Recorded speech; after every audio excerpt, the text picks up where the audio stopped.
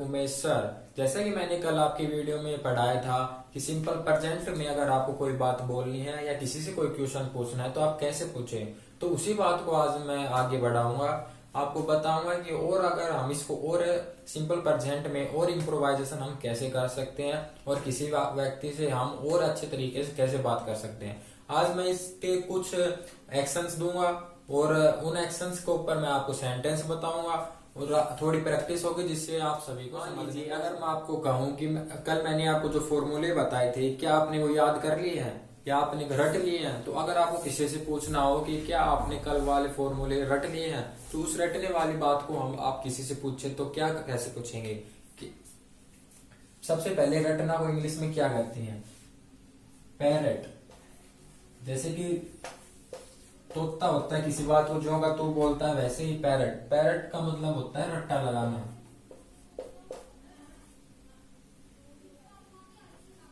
रट्टा लगाना, पैरट का मतलब रट्टा लगाना। और सेम इसका सिनोनिम्स होता है क्रैम।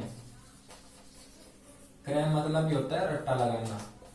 अगर आप किसी व्यक्ति से कहें कि रट्टा मत लगाओ तो डोंट पैरट या फिर डोंट क्रैम, दोनों का मतलब मैं आपसे पूछूं क्या आप लेसन रटते हो, तो do you cram the lesson.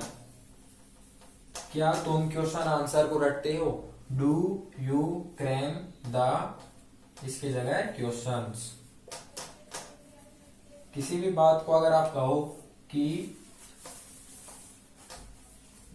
Lessons को या फिर क्वेश्चंस को रटो मत, तो don't cram the questions. Questions को रटो मत। तो किसी भी बात को अगर रटना है या रटो मत, तो उसको बोलने के लिए आप यूज कर सकते हैं क्रैम या फिर पैरट, लेकिन ज्यादा अच्छा लगता है क्रैम, तो आप क्रैम वर्ड यूज कर सकते हैं।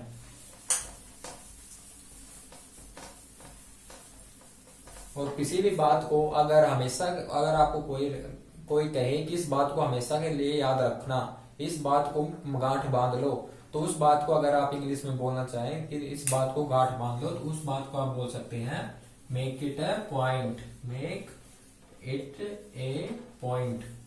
मेक इट ए पॉइंट मतलब हमेशा के लिए गांठ बांध लो, इस बात को हमेशा याद रखो।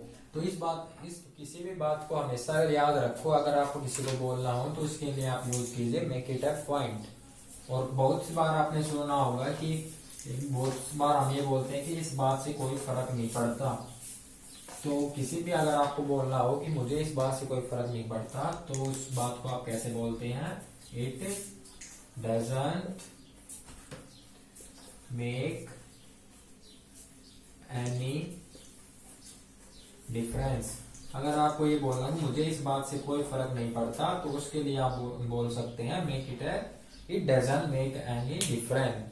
मतलब इससे कोई फर्क नहीं पड़ता, इससे कोई फर्क नहीं पड़ता। अगर ये हो जाए कि मुझे इससे फर्क पड़ता है, तो it makes a lot of difference, मतलब इससे बहुत फर्क पड़ता है। अगर जैसा कि मैं आपको कहूँ कि ड्राइव स्लोली या फिर राइड स्लोली, तो आप उसमें मेरे को कहो कि इससे कोई फर्क नहीं पड़ता, तो आप ये बोल सकते हैं it doesn't make any difference. और अगर मैं आपको कहूँ गेट अप अर्ली, तो जैसे कि आपको भी अच्छा लगे वो थिंकिंग कि हाँ गेट अप अर्ली, तो आप उससे बोल सकते हैं it makes a lot of difference. इससे बहुत फर्क पड़ता है, मतलब आपकी हैबिट सुधरती है इससे। तो ऐसी ही बात बोलने के लिए अब ये सब तो था एक कॉम्प्लीमेंट्री। तो अब मैं आपको बताता हूँ, जैसा कि आज मैं आपको सिंपल प्रेजेंट के अंदर ये बताता हूँ कि जैसे आप किसी से पूछो क्या आप चाय पीते हो, फिर उसके साथ मान लीजिए एक दूसरा आदमी हो रहा है, अगर उस दूसरे आदमी से भी आपको अगर पूछना हो कि आप वह चाय पीता है, तो उस बात को अगर आप कैसे पूछ सकते हैं? जैसे कि आप सबसे पहले क्वेश्चन पूछेंगे उससे डू यू एक्शन एक्शन यहाँ पे क्या था, ये एक फॉर्मूला है, तो एक्शन यहाँ पे है मेन वर्ब। अगर फिर आपको इसका आंसर देना हो, ये तो मान लीजिए क्वेश्चन था और इसका आंसर देना हो आपको, तो आई एक्शन मतलब मैं तो करता हूं, but he does not action, वह ये काम नहीं करता।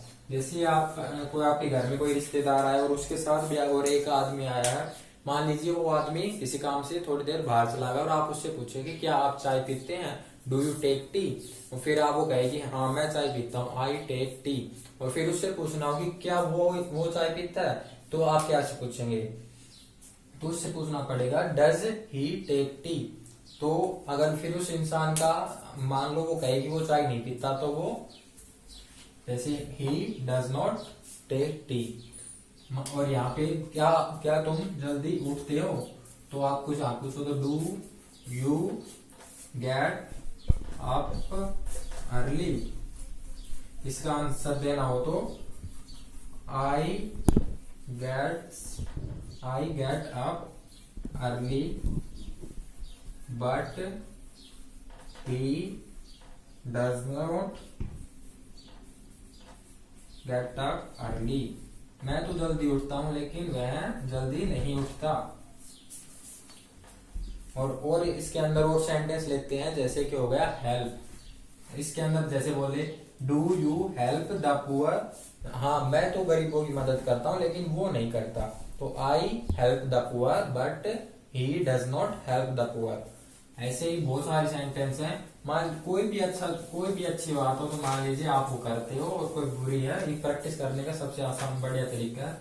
हर अच्छा काम आप करते हो और हर बुरा काम वो प्रैक्टिस करने का सबसे आसान तरीका है। जैसे कोई भी अच्छा काम है वो आप करते हो और कोई भी बुरा काम है वो दूसरा करता है। जैसे कि fight with peoples, do you fight with peoples, तो इसके बाद हो जाए कि आई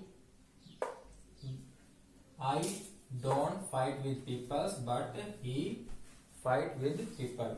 इसका जैसे कि I don't fight with people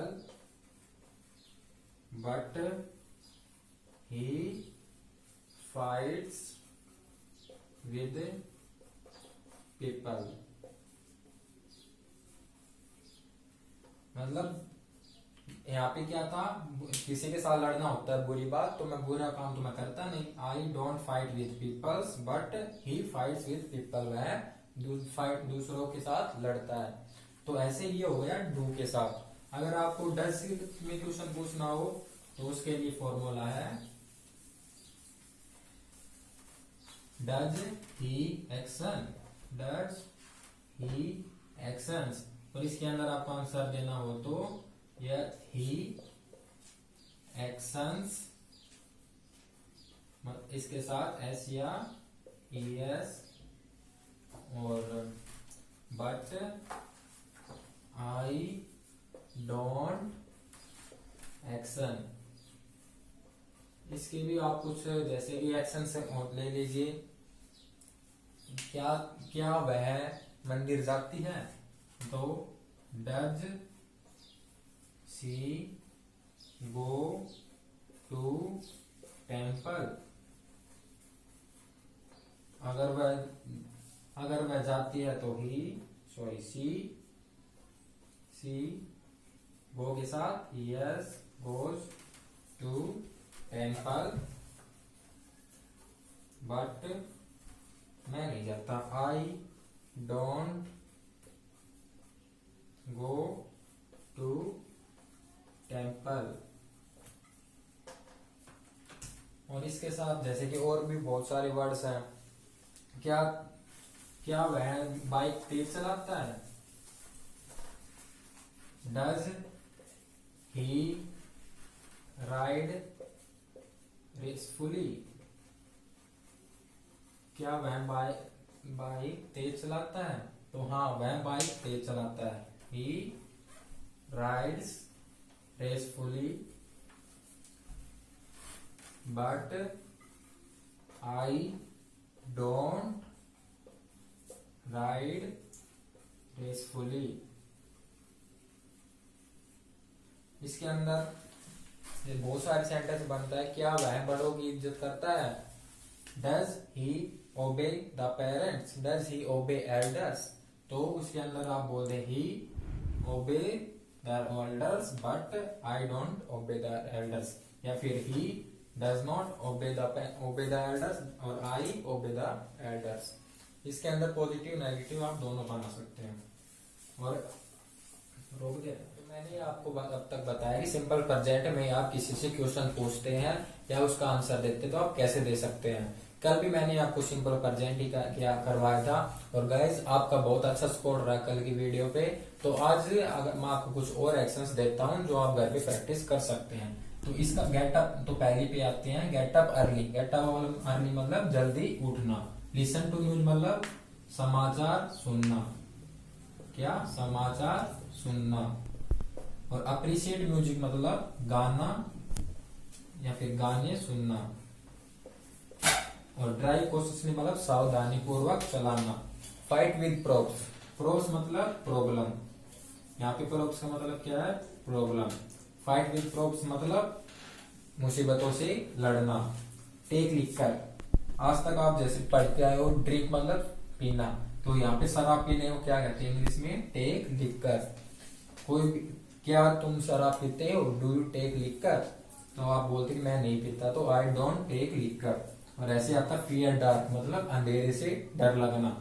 और इसके बाद आता है अब्यूज, अब्यूज मतलब ये तो बहुत कॉमन वर्ड है, गाली देना। तो आज की वीडियो गाइस यहीं पर एंड होती है। और प्लीज अगर आपने हमारा चैनल सब्सक्राइब नहीं किया है तो सब्सक्राइब करें और हमारी वीडियो को लाइक करें एंड शेयर करें। Thank you.